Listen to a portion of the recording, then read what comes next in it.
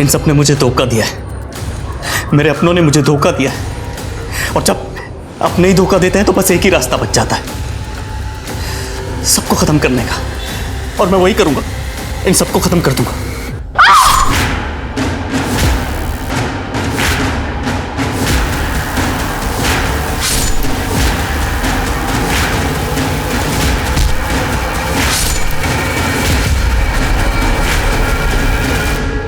एक आम इंसान को चोरी, हेरा फेरी, मारपीट और मर्डर जैसी बातें ही डरा देती हैं। एक आम इंसान जितना हो सके खुद को इन सब कामों से दूर रखता है, पर जब एक आम इंसान हवस, लालच, गुस्से और बदले के प्रभाव में आता है, तब वो क्रिमिनल बन जाता है।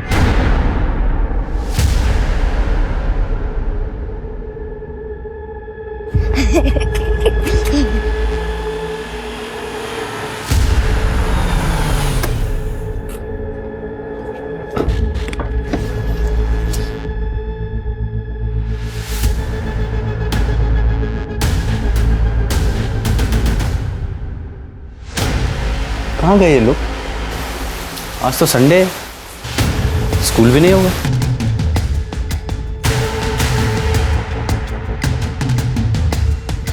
अरे बेटा यहाँ आना। जिया और रोहन कहाँ हैं? अरे अंकल वो तो यहाँ नहीं है और वो काफी दिनों से खेलने नहीं आए।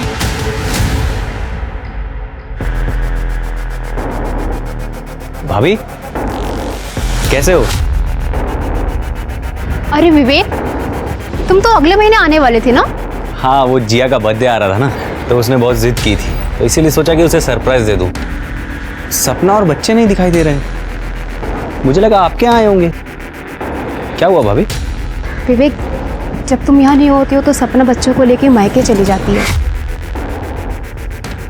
मायके? अपने पेरेंट्स के यहाँ निर्वारी में?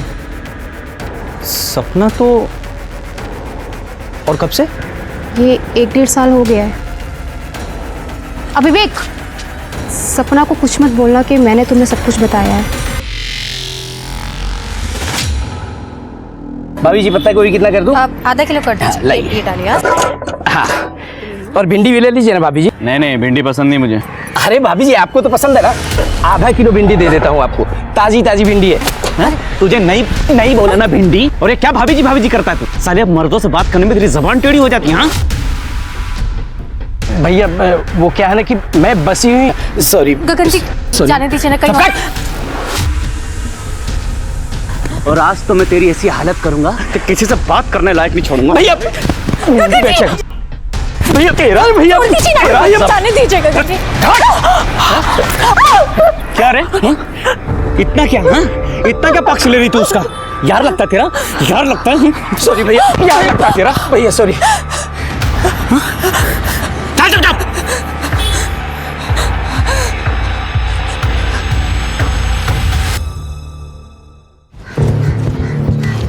पापा, ये पापा आ गए, पापा आ गए, पापा आ गए।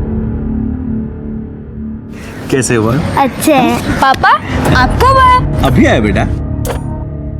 अरे बेटा तुम अंदर आओ ना, तुम तो अगले महीने आने वाले। माँ, जीजा जी आप आइए ना। नहीं, हम निकलते हैं। सपना कहाँ है? वो दीदी तो गई है बाहर, सामान लाने गई है।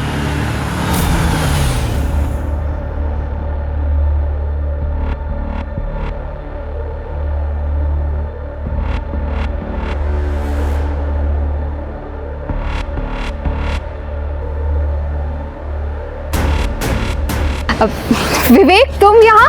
थोड़ा सरप्राइज। विवेक कैसे हो? सरप्राइज तो तुमने दिया है मुझे। इतनी तैयार होकर कहाँ गई थी? किसके साथ घूम रही थी? कौन था वो? वो तो यही हमारे नेबर हैं, अभी शिफ्ट हुए हैं।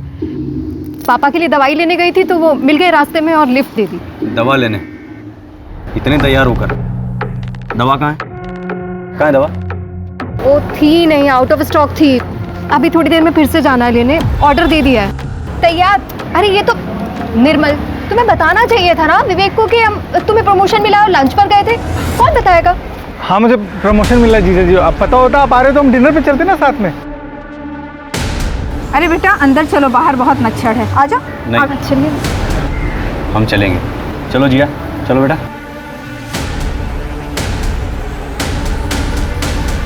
अरे ऐसा कोई मारता है किसी को सरेआम? लोगों ने फोन करके मुझे बताया। अरे भाई साहब, आपके घर की बहू है मेरी भांजी, इसकी कोई इज्जत है कि नहीं इस घर में? आपको आपके बहू के साथ कोई स्नेह नहीं है? भाई साहब, मैंने अपने बच्चे को इस घर में इसलिए दिया था कि इस घर में वो राज करेगी, खुश रहेगी, लेकिन आपका बेटा तो कभी भी इसके ऊपर हाथ उठा देता है।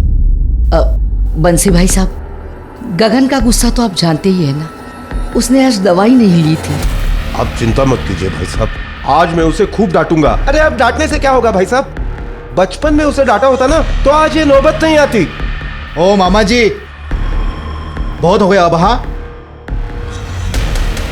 ये बेटी आपकी शादी से पहले थी, अब ये हमारी बीवी है। हम जो चाहे वो करे, और पति पत्नी के बीच बोलना अच्छी बात नहीं होती है। तूने शिकायत किया क्या? नहीं। Shut up! दूर हट जा बहू से। गगन बेटा, तूने आज दवाई नहीं ली थी, ये दवाई ले। बहू, इसे अंदर ले जाओ बेटा। जाओ जाओ गगन।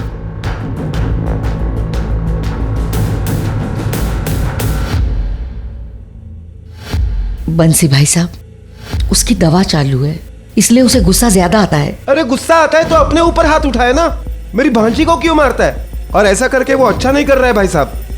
मामा जी, मामा जी आप घर चली जाइए, मेरी यही किस्मत है, पैदा होते ही माँ बाप को खा गई और आज तक आपका घर नहीं बस पाया। मैं ही मनहूस हूँ। मामा जी ये बहुत अच्छे इंसान है, बस इन्हें कभी कभी गुस्सा आ जाता है। आप मेरी चिंता मत करना मामा जी। कैसे चिंता नहीं करूं बेटा, एक तो हम गरीब हैं और गरीबी सबसे बड़ी मनहूसियत है, ऊपर से तुझे पति राक्षस मिला है। ख्याल रखना मामा जी। मुझे मेरे घर वालों के सामने विलन बना दिया, और खुद ने क्या किया? अपने मायके वालों से सुलह कर ली।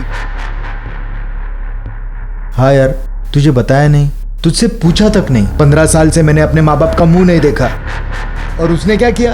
1.5 साल से अपने मायके में घूम रही है मुझे बिना बताए, और भी पता नहीं मेरे पीछे से क्या क्या करती होगी।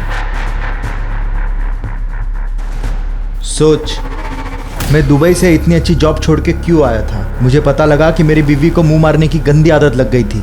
अरे इनको अकेला क्या छोड़ दो, आजादी के नाम पे मुंह काला करती फिरती है। मुझे भी यही लगता है साथ भाई, इनके लिए वहां से इतने पैसे भेजता हूँ, अकाउंट एकदम खाली का खाली। मेरे कुछ समझ में नहीं आ रहा साथ भाई, इनके लिए इनसे इतनी दूर रह के, इतनी मेहनत करके इनके लिए पैसे कमा के भेजता हूँ, और ये क्या करती है? अपने मायके वालों पे उड़ा देती है। आज भी जिया का बर्थडे उसने अपने मायके में प्लान किया, मैंने मना किया तो बोलती है पहले से अरेंज था जी। विवेक, मैं तेरी परेशानी समझता हूँ, लेकिन मुझे भी 2-3 दिन के लिए अपने रिश्तेदार की शादी में लखनऊ जाना है। मैं वापस आता हूँ तो कुछ सोचते हैं। अच्छा सुन, मैं आता हूँ।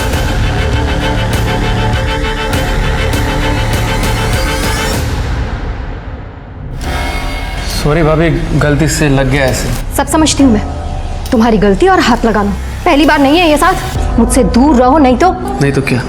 नहीं तो विवेक को सब कुछ बता दूंगी। ओहो, पति आ गया तो अब तेवर दिखा रही हो, बोलना मत, हो जाएगा भी। वैसे मैं हूँ ऑलवेज एट योर सर्विस।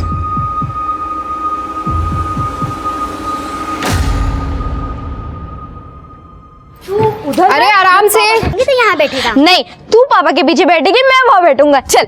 अरे रोहन, जिया को बैठने दो आगे, उसका बर्थडे है ना।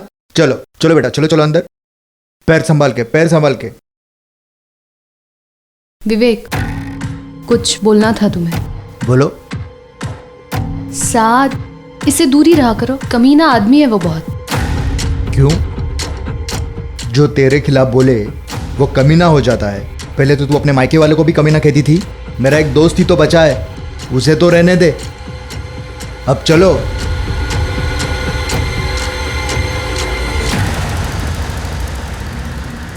Happy birthday to you, happy birthday to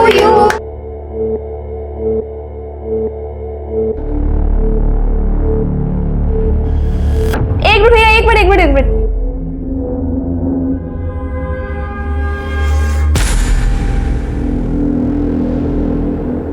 तो आप क्या करने वाले हो? पार्टी टाइम, म्यूजिक डांस, मस्ती एंड कोल्ड ड्रिंक्स। सपना, मैं आता हूँ।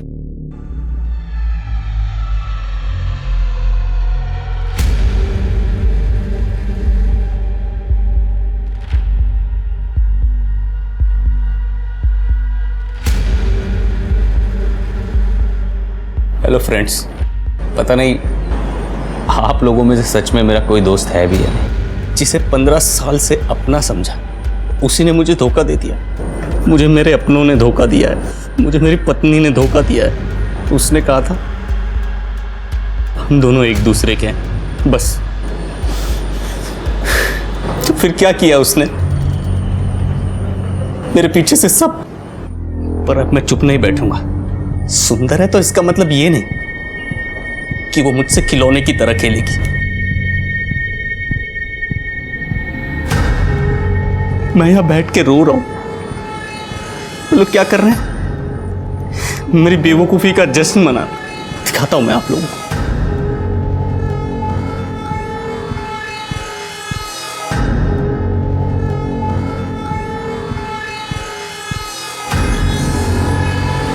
अब बस एक ही रास्ता,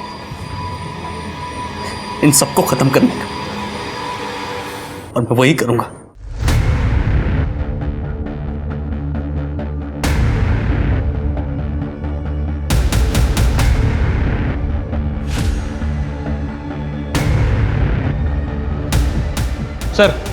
सर एक वीडियो वायरल हुआ है अपने ही मोहल्ले का, ये देखिए। मुझे मेरे अपनों ने धोखा दिया है, मुझे मेरी पत्नी ने धोखा दिया है। अब बस एक ही रास्ता है, इन सबको खत्म करने का। इस वीडियो में तो ये आदमी अपनी ही फैमिली को मारने की बात कर रहा है। शर्मा, जल्दी से जल्दी इसका एड्रेस पता करो, या एक काम करो, ब्रॉडबैंड वालों को फ़ोन करो, उनसे इसकी लोकेशन निकलवाओ। सर रात हो गई है, ब्रॉडबैंड ऑफिस तो बंद है। हालांकि मैंने अर्जेंट रिक्वेस्ट डाल दी है और बीट चौकी को भी इन्फॉर्म कर दिया है कि जहाँ ये बंदा दिखे इसे पकड़ लें।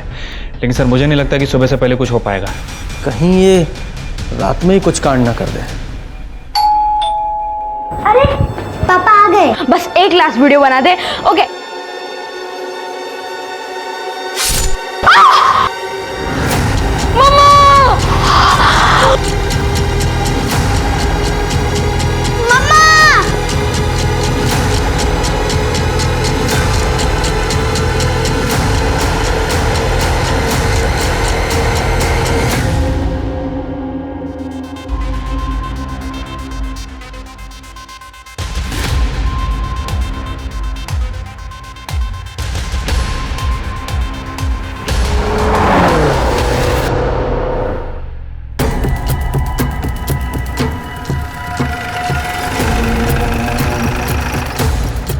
सर यहीं से आईपी एड्रेस जनरेट हुआ था और मुझे लगता है सर कि वीडियो भी यहीं बनाया होगा, क्योंकि बैकग्राउंड भी ऑलमोस्ट सेम ही है।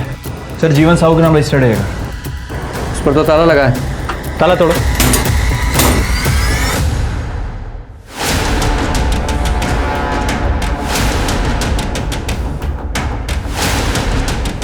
पूजा जरा चेक करो। जी सर।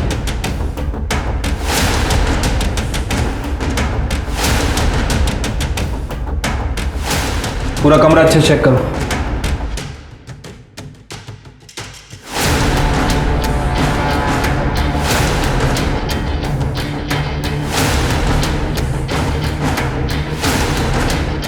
लगता है सर इस तकिए से इसका दम घोट के मारा गया है।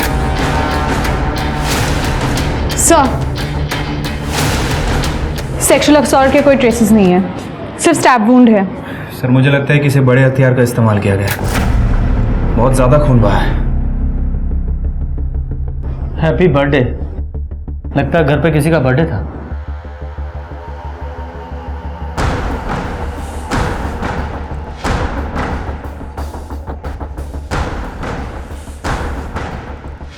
तो चेक करो।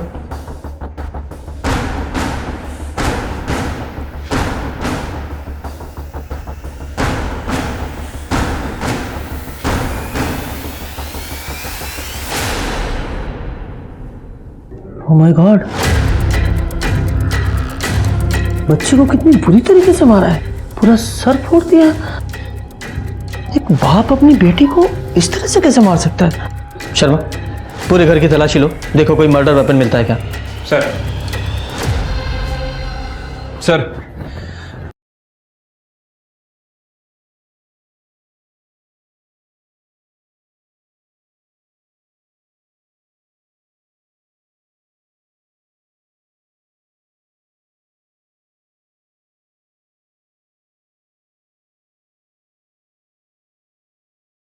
पूरा घर अच्छे से चेक किया सर, मोस्टली चीज़ें एज इट इज़ है। मुझे लगता है कि ये काम उस वीडियो वाले का ही है। हमने पता किया है, विवेक नाम है उसका। सर, ये रॉड मिली है और इसमें थोड़ा ब्लड भी है। लगता है यही मर्डर वेपन है, लेकिन इतना सा ब्लड। सर मुझे लगता है कि जो भी कातिल था उसने ब्लड साफ किया है। ये देखिए ना, बॉडीज के पास भी ज़्यादा ब्लड नहीं है और घर भी ऑलमोस्ट साफ ही है, ज़रा सी भी धूल नहीं है। इस विवेक कुमार ने ये सब कुछ बहुत प्लानिंग के साथ किया है। अगर उसकी वीडियो में पहले मिल जाती तो ये सब कुछ नहीं होता। इस क्राइम को हम रोक सकते थे।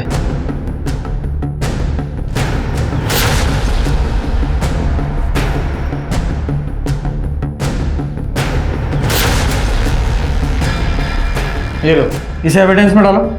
सर मच्छर? यस, कभी कभी ऐसा छोटा क्लू भी क्रिमिनल को पकड़ने के काम आता है और इस घर की हर चीज एविडेंस है। शर्मा, हर एक बॉडी के पूरे क्राइम सीन के फोटोग्राफ्स निकलवाओ, पूरे घर का फॉरेंसिक कराओ। और ये सबके फ़ोन मिले? जी सर। पूजा, सारे फ़ोन्स को फॉरेंसिक में भेजो, पता लगाओ कि विवेक का नंबर उसमें है या नहीं। ज़रूर होगा, उसे ट्रैकिंग पे डालो। जी सर। और शर्मा, तुम जरा आसपास पूछताछ करो और ये भी पता करो कि इस विवेक को कोई मानसिक बीमारी थी क्या, या कोई अफेयर था क्या, क्योंकि यूं ही कोई अपने परिवार को नहीं मारेगा। Right sir.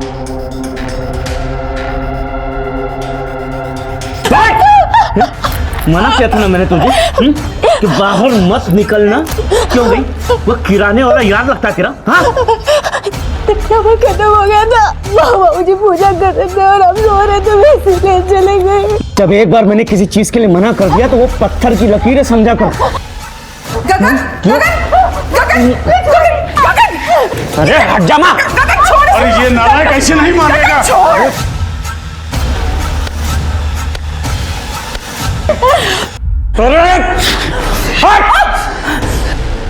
बाप है इसलिए लिहाज कर रहे हैं आपका, याद रखिए। किसी को मारने में हम जरा नहीं सोचते।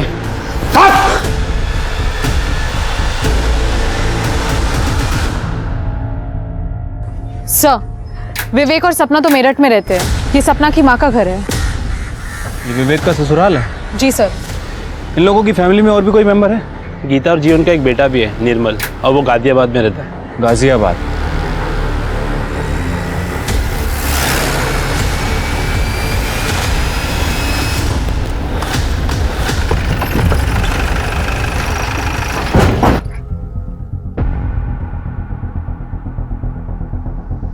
ताला लगा हुआ है। पवन, ताला तोड़ो। साइमा, क्या हुआ?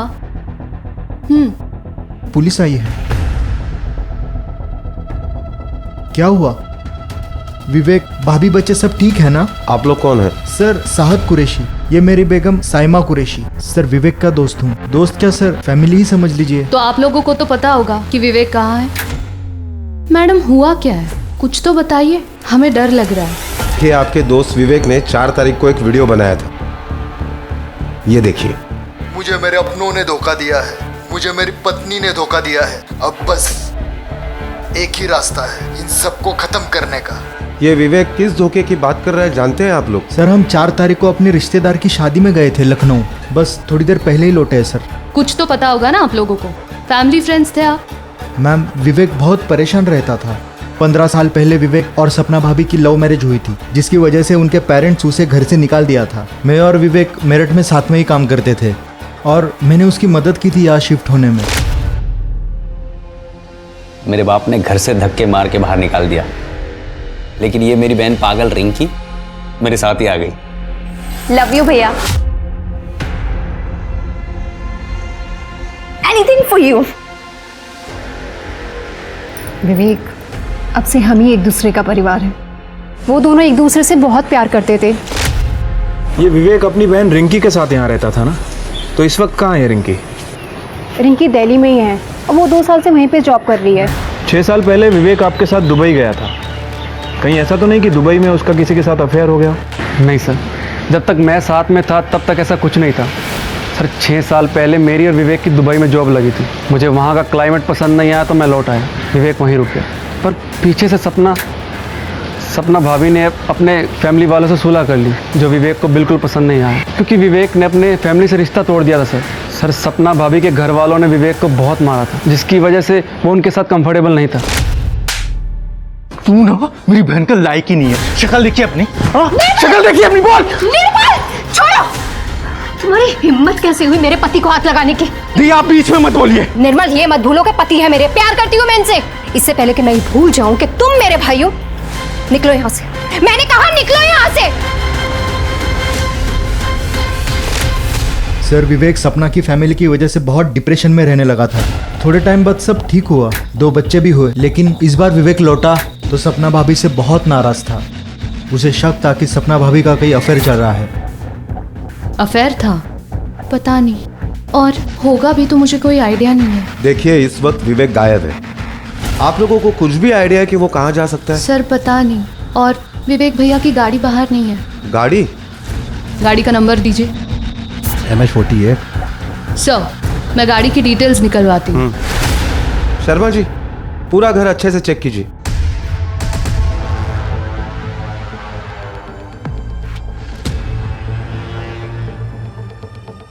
सर, अंदर ये लैपटॉप मिला है, लेकिन इसमें पासवर्ड लगा है सर। पासवर्ड है? जी सर, इसे मैं खोल सकता हूँ, मैं एक इंजीनियर हूँ। आप इसे 2-3 घंटे मेरे पास रहने दीजिए। 2-3 घंटे? हमारी IT टीम इसे 15 मिनट में खोल देगी। एविडेंस ऐसे ही नहीं दे सकते किसी को। चलो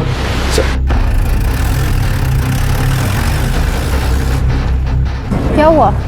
तुम्हारे चेहरे का रंग क्यों उड़ गया? उस लैपटॉप में तुम्हारे खिलाफ कुछ है क्या?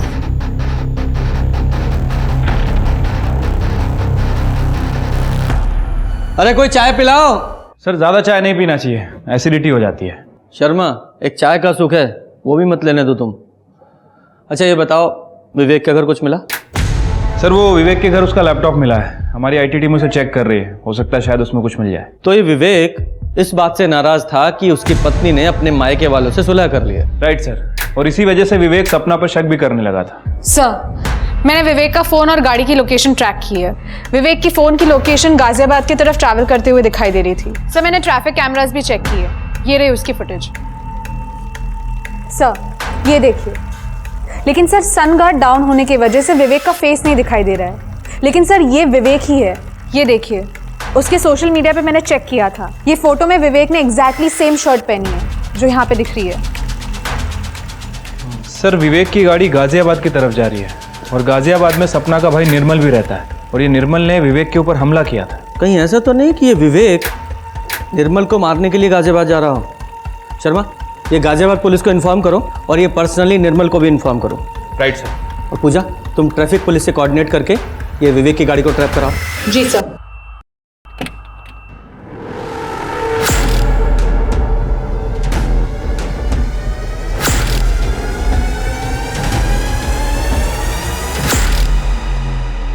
क्या कह रहे हो सर आप?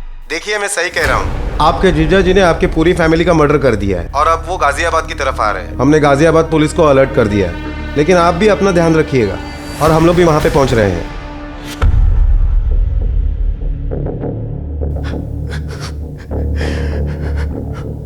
क्या हुआ? क्या हुआ, कुछ बताओगे? तुम्हारे बाप ने सबको मार दिया है यार, सबको, दीदी को, जिया को, रौनक को, बच्चों तक को मार दिया है उसने।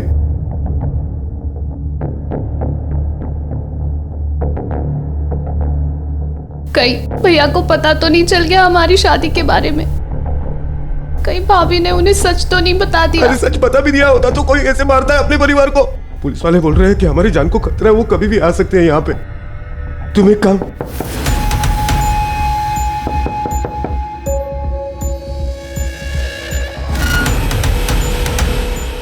कौन है? जी मैं कांस्टेबल बाबा यादव। जी हमें आपकी सुरक्षा के लिए भेजा है पुलिस चौकी से। बस यही इन्फॉर्म करना था। Thank you sir.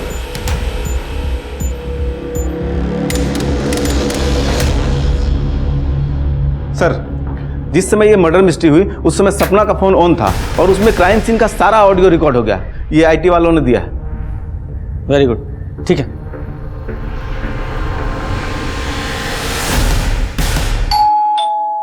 अरे पापा आ गए, बस एक लास्ट वीडियो बना दे। मम्मा! मम्मा यानी कि सपना, सबसे पहले उसे मारा।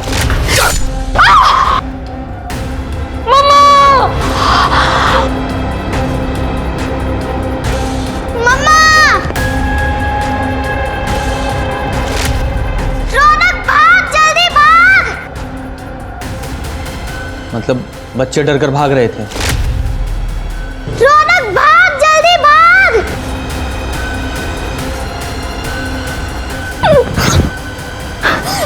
नहीं प्लीज मुझे माफ कर दो।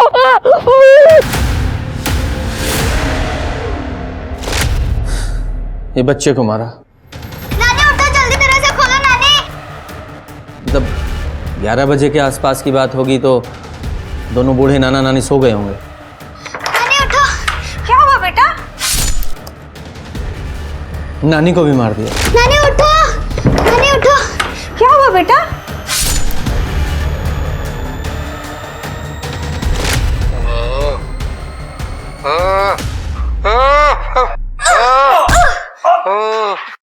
ये नाना तो पैरालाइज था, ये बच्ची ने स्ट्रगल किया था।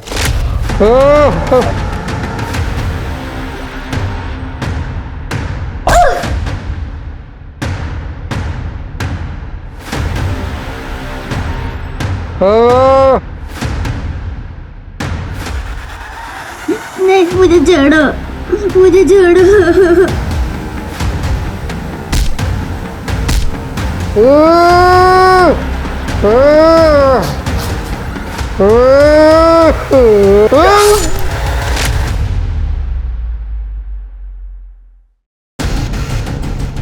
ये बच्ची ने लड़ने की कोशिश की थी, इसलिए इस विवेक ने गुस्से में आकर बच्चे को मार दिया।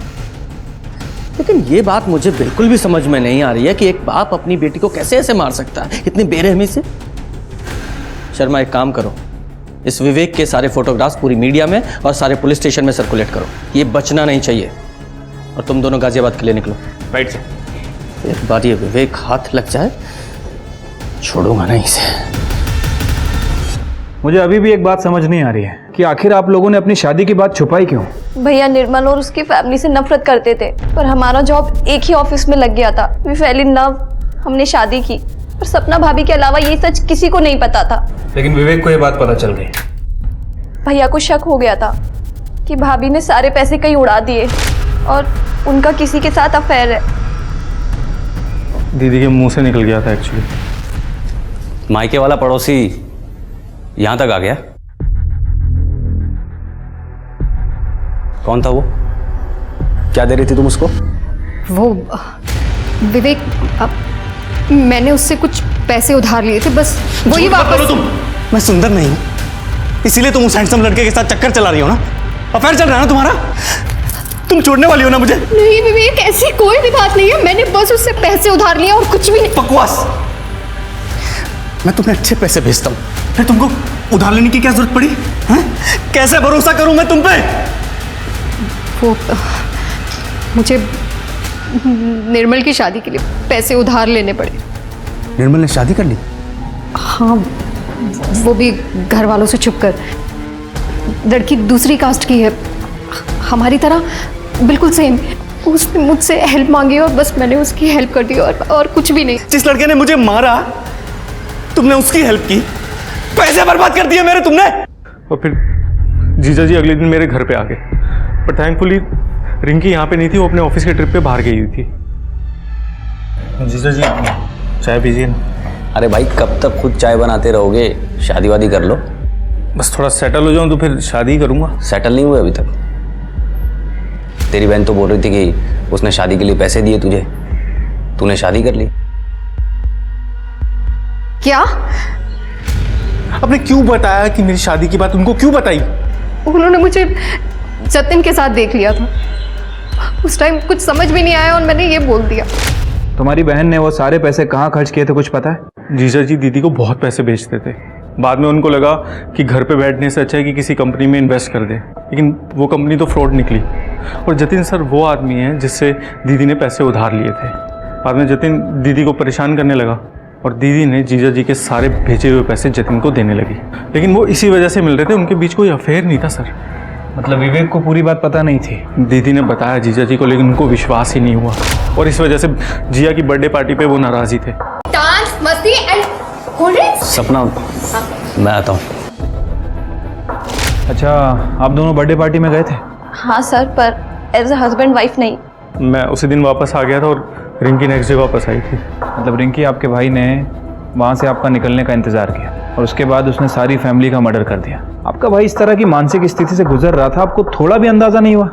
मैं तो सोच भी नहीं सकती कि भैया ऐसा कर सकते थे, पर वो सबसे बहुत नाराज थे और मुझे लग रहा था कि मैं सब ठीक कर दूंगी, फैमिली से सुलह करा दूंगी। फैमिली से सुलह मतलब?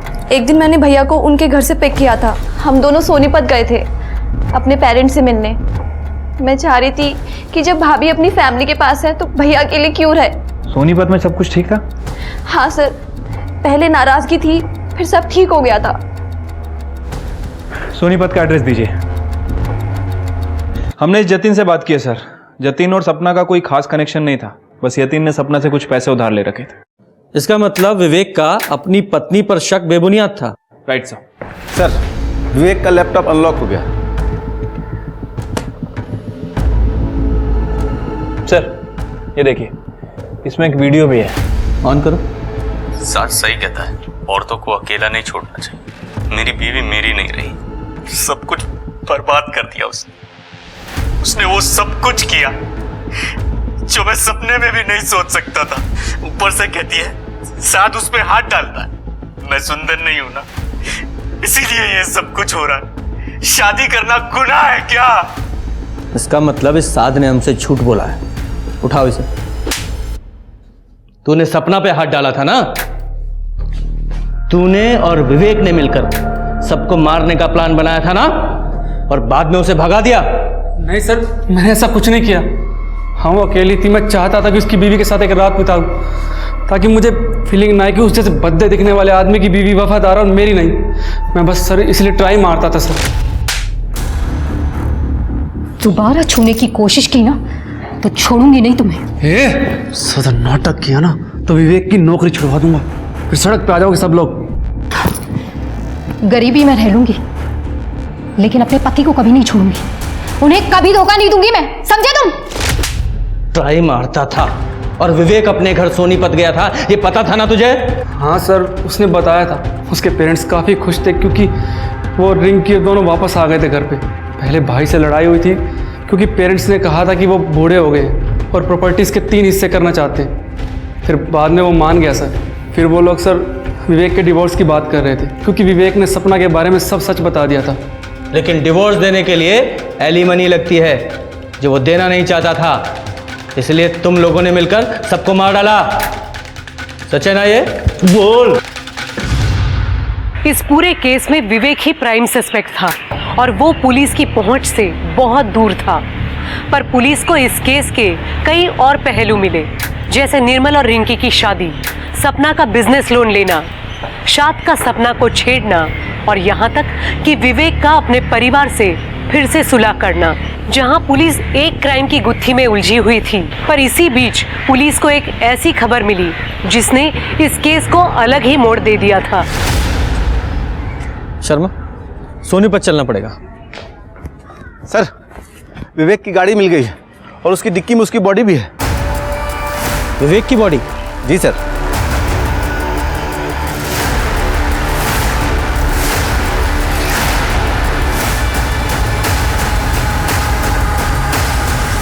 सर, कार में ये फ़ोन मिला है, बैटरी डेड है इसकी।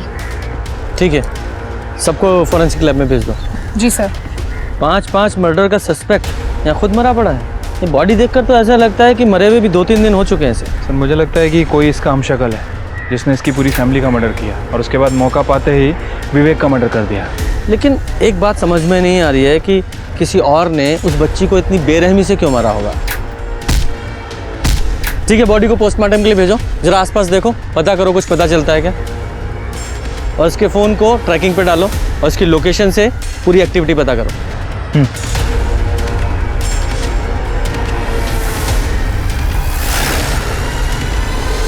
क्या? ठीक है, थैंक यू सर। मैंने सभी सस्पेक्ट के बैंक स्टेटमेंट चेक करवाए थे सर। ये सपना ने पूरी फैमिली मेंबर का इंश्योरेंस करा रखा था, लेकिन अभी इस निर्मल ने इन सभी के इंश्योरेंस का क्लेम किया है। और ये इंश्योरेंस कितने का था? तीनों का मिला के तकरीबन 25 लाख। 25 लाख? शर्मा, हो सकता है इस निर्मल ने ही इस इंश्योरेंस के पैसे के लिए सबका मर्डर किया हो। उसके दिमाग में शायद आइडिया आया होगा अपने जीजा का वीडियो देखने के बाद। गाजियाबाद पुलिस को फोन करो और इस निर्मल और इस रिंकी को उठवाओ।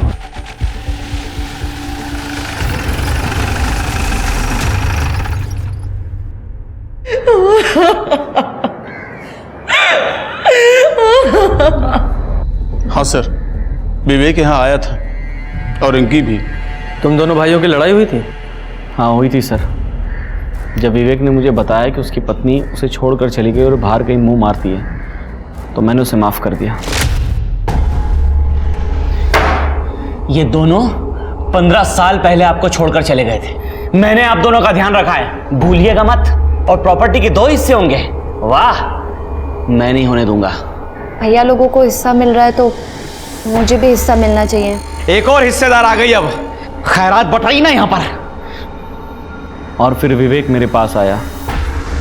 अरे चला जाए यहाँ से, दिमाग खराब है मेरा। मुझे पैसा नहीं चाहिए भैया, आप मेरा हिस्सा रिंकी को दे दो। मुझे तो बस मेरा परिवार वापस चाहिए, जो मैंने अपनी पत्नी की वजह से खो दिया था। सुंदर नहीं हूं ना मैं, इसीलिए मुझे लगता है कि मेरी बीवी मुझे धोखा दे। मुझे तो यहाँ तक लगता है कि जिया मेरी बेटी नहीं है भैया। क्या क्या बकवास कर रहा है तू? ये देखो भैया, जिया का रंग कितना गोरा है। ना सपना की फैमिली में और ना हमारी फैमिली में कोई इतना। मेरे साथ धोखा हुआ है भैया, मेरे साथ धोखा हुआ है भैया। मतलब विवेक को लगता था कि जिया उसकी बेटी नहीं है? जी। शर्मा, ये विवेक और जिया का डीएनए आपस में मैच करा के देखो। ठीक है सर, लेकिन सर सवाल अभी भी वही है, आखिर विवेक को किसने मारा? शर्मा, इस गगन पर नजर रखवाओ, इसकी कॉल डिटेल्स भी निकालो। हो सकता है इमोशन में आकर इस गगन ने प्रॉपर्टी शेयर करने के लिए हाँ कर दिया हो, लेकिन असल में प्रॉपर्टी शेयर करना इतना आसान नहीं है। Right sir. Jain sir, Nirmal और उसकी वाइफ को ले आए। निर्मल बाबू, नया घर, नई कार, लेकिन शादी के बाद तुम में से एक की जॉब चली गई, क्योंकि तुम्हारी कंपनी में नो स्पाउस पॉलिसी जो है। अब शादी के बाद खर्चे तो बढ़ गए, लेकिन इनकम कम हो गई। ऐसे में अगर 25 लाख रुपए मिल जाएं, तो क्या ही बात है। भैया मुझे खुद अपना हिस्सा देने वाले थे, सर आप मुझ पर शक कर रहे हैं। तुम पूरे परिवार के मरते ही इंश्योरेंस क्लेम कर दो और हम तुम लोगों पर शक भी ना करें। तुम लोगों के पास अपने परिवार को मारने का मोटिव था। शर्मा, इन दोनों की पूरी हिस्ट्री और ज्योग्राफी निकालो। सर, सभी फैमिली मेंबर्स की पोस्टमार्टम रिपोर्ट आ गई है। सर, सभी की मौत रात में 11:30 से 1:30 बजे के बीच 5 से 6 अगस्त को हुई है। रौनक को तकिए से दम घोट के मारा गया, बाकी के लोगों को स्टैबिंग की गई थी। लेकिन जिया को पहले सर पे रॉड से मारा गया और उसके बाद उसे स्टैब किया गया। और सर, मैंने जिया और विवेक की डीएनए रिपोर्ट भी चेक की। जिया विवेक की बेटी थी। ये विवेक गधा, इसका शक बेबुनियाद निकला। रंग देखकर शक कर गया और सब कुछ खत्म कर दिया बेवकूफ ने। Right sir. और एक और इम्पोर्टेंट बात सर, विवेक की मौत 5 अगस्त को सुबह 9 बजे से 11 बजे के बीच में ही हो गई। क्या? 5 अगस्त की सुबह उसकी मौत हो गई? मतलब उसकी फैमिली को और ससुराल वालों को विवेक ने नहीं मारा। सारी घटनाओं को रीअरेंज करते हैं। 4 अगस्त को विवेक ने एक वीडियो बनाया जो काफी वायरल हुआ। उसके बाद 5 अगस्त को विवेक गाड़ी लेकर घर से निकला और पीएम रिपोर्ट के हिसाब से उसका मर्डर हुआ। और फिर उसी दिन शाम को उसकी पूरी फैमिली को किसी ने मार दिया। इसका मतलब किसी ने पहले विवेक को मारा, फिर उसकी पूरी फैमिली को। शर्मा, एक काम करो, मेरठ से लेकर निवाड़ी, गाजियाबाद, सोनीपत सारे मूवमेंट्स ट्रैक करो। विवेक का मोबाइल यूज करो। अब हमें यह पता लगाना है कि इन सबका मर्डर किया किसने है, क्यों। Right sir. ये विवेक की गाड़ी में कुछ मिला? सर कुछ खास नहीं, बस उसमें एक कचौड़ी का टुकड़ा मिला है सर। हाँ, और वो मच्छर का ब्लड, उसका क्या हुआ? सर उसमें ब्लड काफ़ी कम है, उसकी टेस्टिंग चल रही है, लेकिन लैब ने कंफर्म किया है कि उसमें ह्यूमन ब्लड है। शर्मा, कचौरी पे अगर कुछ मिलता है तो उसका डीएनए मच्छर में मिले ब्लड के डीएनए से मैच करके देखो, शायद कोई रिजल्ट आए। उसकी रिपोर्ट जल्दी से जल्दी चाहिए। Right sir. माँ, बाबूजी, देखिए ना, देखिए क्या कर रहे हैं। गगन बेटा, गगन कहाँ जा रहे हो तुम? हट माँ, मैं तुमसे पूछ रही हूँ कहाँ जा रहे हो तुम? मुझे नहीं रहना आप लोगों के साथ में। आप सबके सब मेरे दुश्मनों, समझे? गगन, अगर ऐसे बीवी को छोड़ के जाओगे तो सारी प्रॉपर्टी प्रिया के नाम कर दूंगा।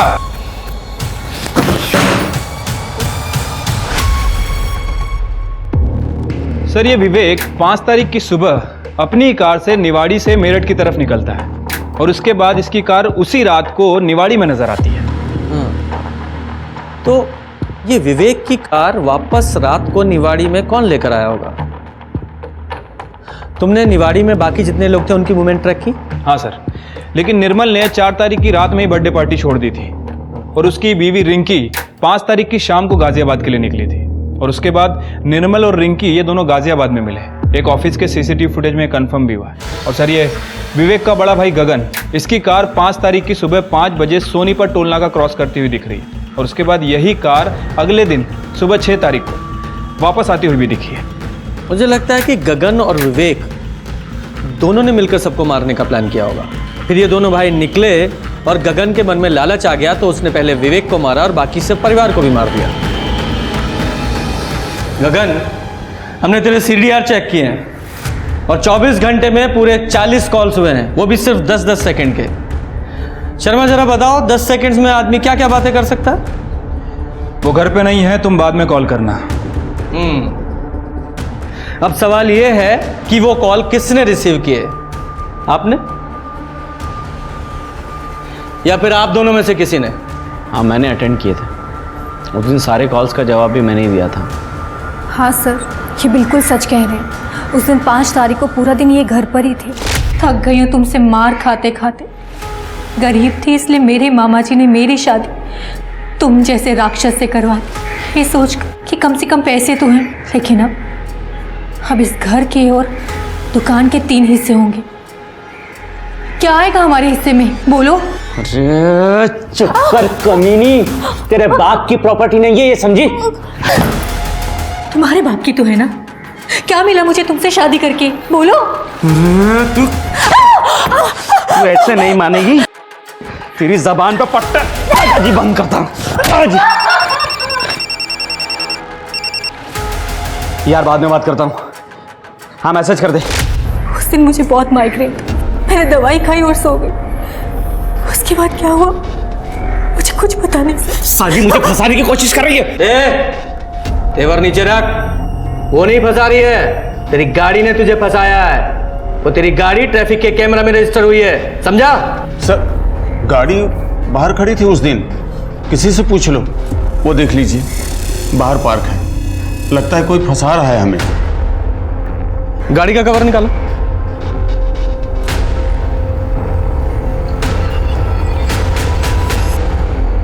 %100% वही गाड़ी है सर। शर्मा, ये फैमिली अपने इकलौते बेटे को बचाने की कोशिश कर रही है। एक काम करो, अरेस्ट करो इसे और इस पर डोमेस्टिक वायलेंस का केस भी डालो। एविडेंस तो है हमारे पास और इसकी पूरी फैमिली पे नजर रखो। सर ये लांबा हाउस का सीसीटीवी फुटेज है जो हाईवे से बिल्कुल कनेक्टेड है। ये वाइट गाड़ी लांबा हाउस में एंट्री कर रही है और उसके 15 से 20 मिनट बाद गगन की गाड़ी वापस आती हुई दिख रही। और ये अगले दिन का फुटेज है। ये गगन की गाड़ी दोबारा से लांबा हाउस में एंट्री कर रही है और वही वाइट गाड़ी जिसने उस दिन एंट्री की थी वो वापस आती हुई दिख रही है। सर, हमें जो मच्छर मिला था उसकी ब्लड रिपोर्ट गगन से मैच नहीं करती है। लेकिन सर जब हमने उस मच्छर का डीएनए प्रोफाइल निकाला तो वो प्रोफाइल पार्शियली प्रिया के साथ मैच करता है। प्रिया से मैच करता है? प्रिया का कोई रिलेटिव है? जी सर, एक मामा है जिसने उसे पाला पोसा है, उसका नाम है बंसी हुडा। बंसी हुडा, अच्छी तरह चेक कर लो। शर्मा जी उठाइए दोनों को। क्या हुआ साहब? क्या कर रहे हैं आप? क्या किया मैंने? गगन के घर में जो गाड़ी है ना वो तुमने ठीक की थी, वो तुम्हारे क्लाइंट की गाड़ी थी। तुमने ही विवेक की पूरी फैमिली का मर्डर किया, समझे? और कार में जो कचौरी का टुकड़ा मिला था ना, उस कचौरी के टुकड़े में इस बंटी का डीएनए मिला है।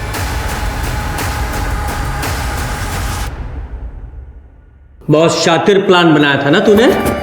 मर्डर करते वक्त तुझे एक मच्छर ने काटा और तूने उस मच्छर को मार डाला। वो मच्छर हमें मिला और उसमें तेरा ब्लड। अब बोल। बेटा प्रिया, कल के दिन गगन घर से बाहर ना निकले, खासकर गाड़ी ड्राइव ना करे। ठीक है मामा जी।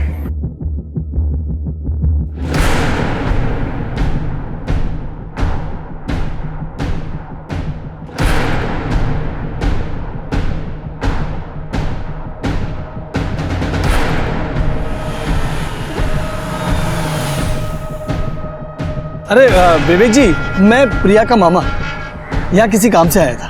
अरे मैं आपको कहीं छोड़ दूं क्या मामा जी? बेटा अगर स्टेशन छोड़ दो तो बहुत कृपा होगी। आइए ना।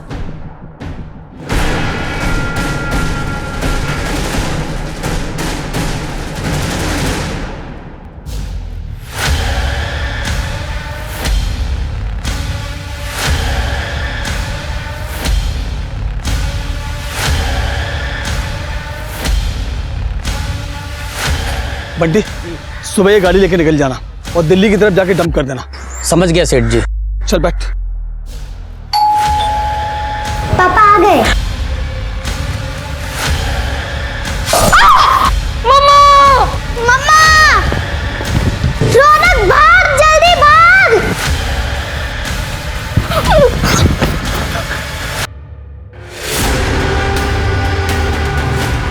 अरे उठो, क्या हुआ बेटा?